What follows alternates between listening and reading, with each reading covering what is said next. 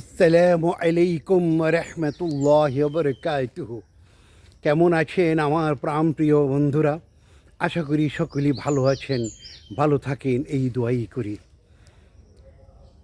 আজকে 2-3 দিন যাবৎ দেখা যায় ফেসবুকে, ইউটিউবে, সব জায়গাতেই শুধু সিলেট নিয়ে, সিলেটের মাজার হযরত শাহজালালের রহমতুল্লাহ আলাইহির মাজার কিনে কেন্দ্র করে মানুষ নানা রকম কথা বলছে।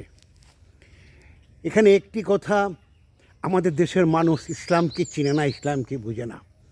আমি সবাইকে চ্যালেঞ্জ করে বললাম, আমাদের নবী হযরত মুহাম্মদ সাল্লাল্লাহু আলাইহি সাল্লাম কি কোনোভাবে কোনো আকার ইঙ্গিতে বা সহিহ হাদিসভাবে একথা বলেছেন যে তোমরা যদি কোনো বুজুর্গ ব্যক্তিকে মৃত্যুর পরে তার কবরকে মাজারের রূপ দিয়ে চাদর গোলাপ দিয়ে সাজিয়ে রেখে এখানে দানের বাক্স দেওয়ার মানুষ দান করে, সেটা ইসলামিক পন্থায় হবে?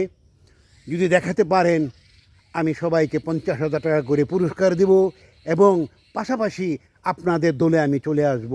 দুঃখের সাথে বলছি, ইসলামে তো কবরের সামনে ডেক ডেকচি রেখে, বক্স রেখে টাকা পয়সা দিলে কোনো লাভ হবে না।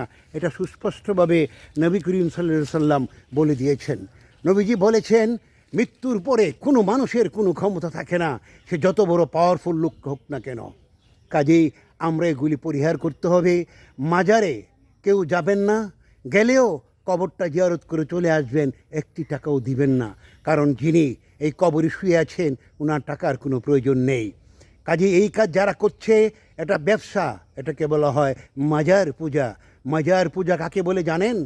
একটা কবরকে যদি আপনি তার উপরে কাপড় চড়ান, পাকা করেন, ফুল দেন, মালা দেন, আপনি আর ওই সনাতন ধর্মের মূর্তির পূজার মধ্যে কোনো পার্থক্য নাই।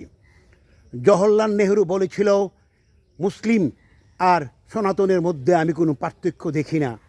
আমরা সরাসরি মানুষের মূর্তি বানিয়ে পূজা করি, আর মুসলিমরা মানুষ মৃত্যুর পরে তাকে মাটির নিচে দিয়ে কবর বানিয়ে মাজার বানিয়ে পূজা করে।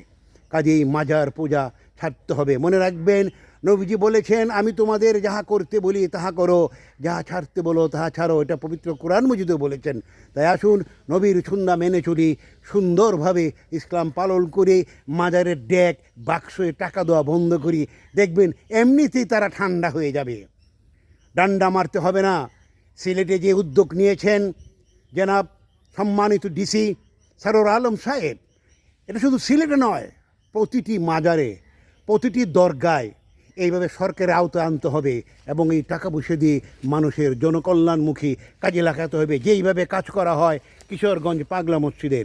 ধন্যবাদ সবাইকে। ভিডিওটা অনেক লম্বা হয়ে গেছে, তবু অনুরোধ করব দয়া করে দেখুন এবং বুঝুন, জানুন। ধন্যবাদ।